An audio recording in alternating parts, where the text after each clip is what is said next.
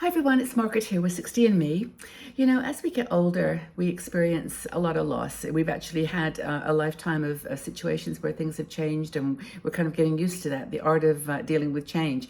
And I want to talk to you about it today, though, about how you can change loss into a catalyst for change and growth after 60.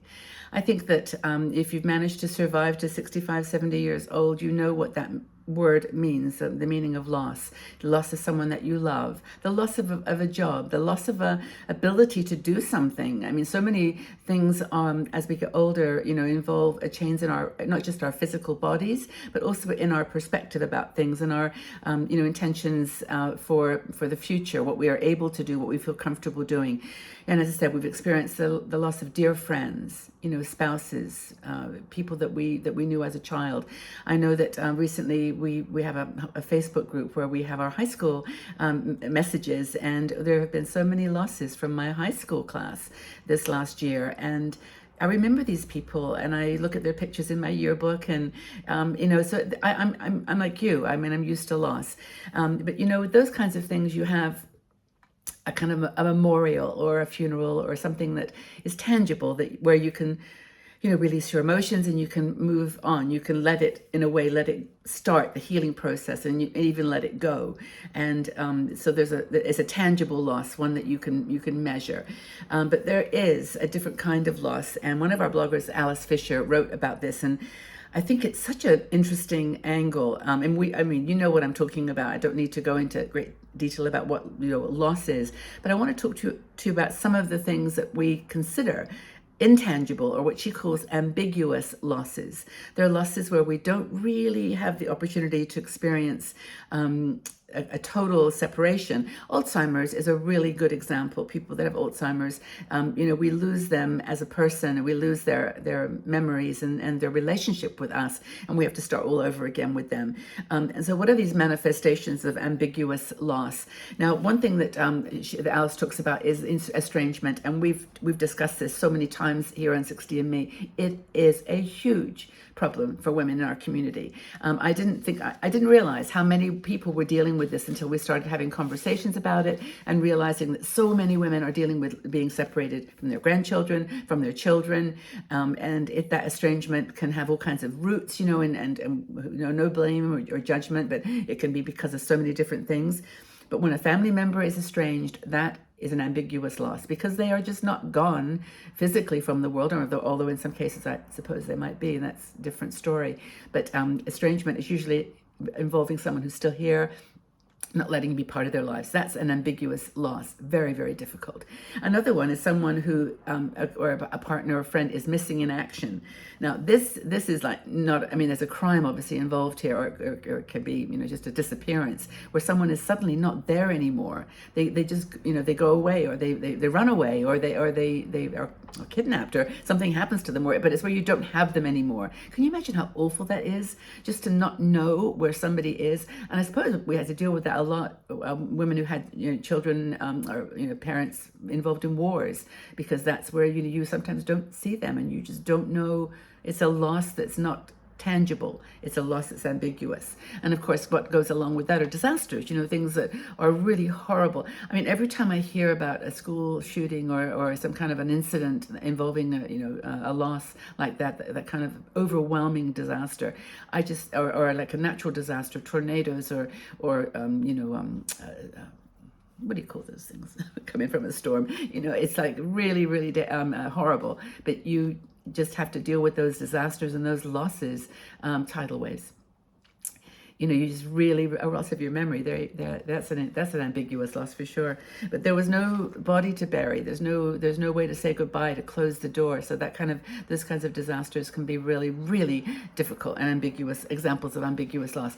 Another one, and maybe not so much in the United States, well, although that's changing too, is political upheaval.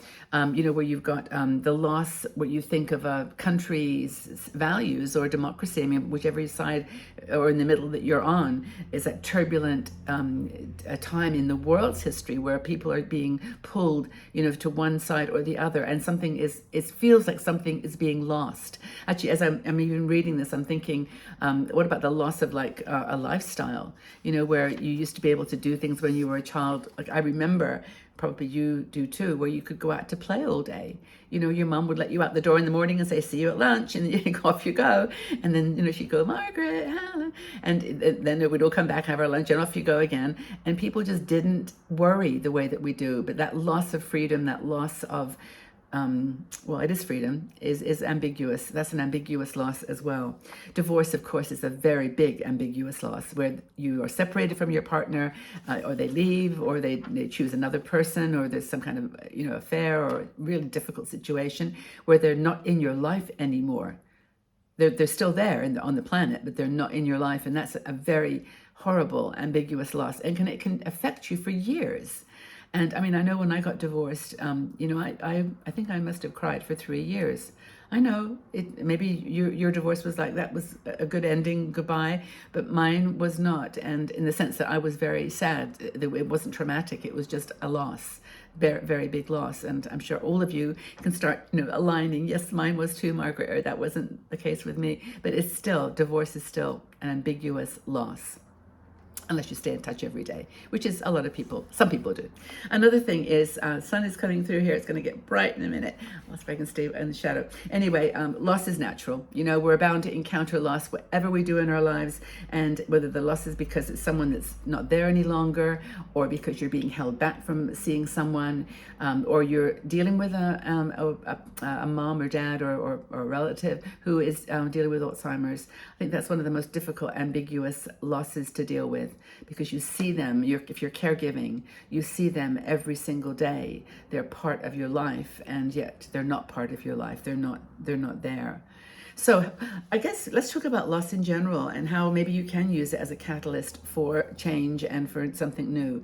I mean, have you been through anything recently that was a significant loss in your life, where it was ambiguous, like where the person's still there or the situation is still there, but you have no control over it?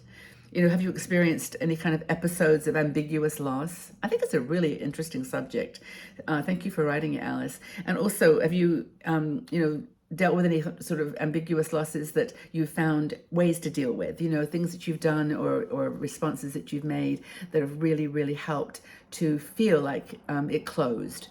I mean, I know a lot of people, for example, have a divorce party, where yes, your husband is still there, your partner is still there, and maybe in the same town or down the street or in the same house if they haven't had the divorce yet. But, you basically can have a divorce party or have a celebration or some kind of moment. I mean, for me, I went on a holiday, and that was where I just decided, that cruise, and that was it. I was done. That was interesting. So I think that's something to remember, that there's like tactics, there's things you can do, strategies to deal with loss that's ambiguous, that's not real. With my high school people, I actually did, of course, Facebook's great because you can actually, oh my goodness, it's so bright. I'm sorry. But you can, on Facebook, you can leave notes and memories, and we all do that when someone passes, and it's a way of dealing. It's a way of making that ambiguous not so. Anyway, hope this has been a good conversation, and you feel like you can get a handle on loss and turn it and change and make it into a catalyst for something new.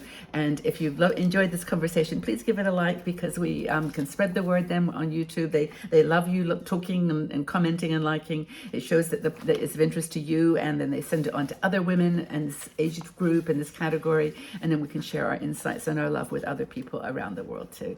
And if you want to support us as a Patreon supporter, please check out patreon.com/sixtyandme, and we'd love to have you join our private group. It's a beautiful group of women who are getting together in the world and just enjoying their lives, together as 60andme sisters. Take really good care. Have a bright sunny day like I'm having here, and enjoy your day. We'll talk again soon. Lots and lots of love. Bye for now.